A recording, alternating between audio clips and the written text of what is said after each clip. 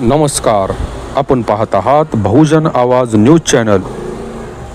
धाराशिव येथील अंदूरजवळ भीषण अपघात।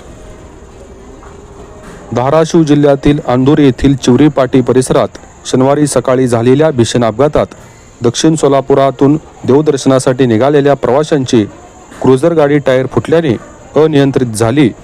अनियंत्रित क्रुझरने रस्त्याच्या कडेला उभ्या असलेल्या ट्रॅक्टरला जोरदार धडक दिली आणि पलटी झाली। धडक इतकी जबरदस्त होती की क्रुझरचा पुढील भाग अक्षरशः चुराडा झाला।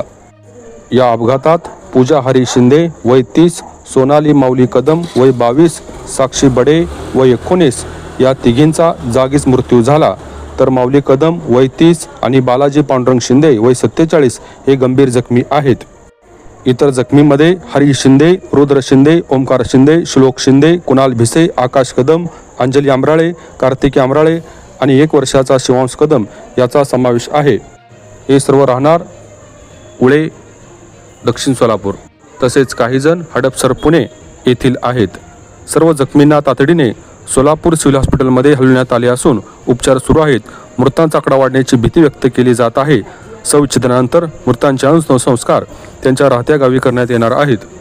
ताज्या घडामोडी जाणून घेण्यासाठी आजच बहुजन आवाज न्यूज चॅनलला लाईक, शेअर आणि सबस्क्राईब करा।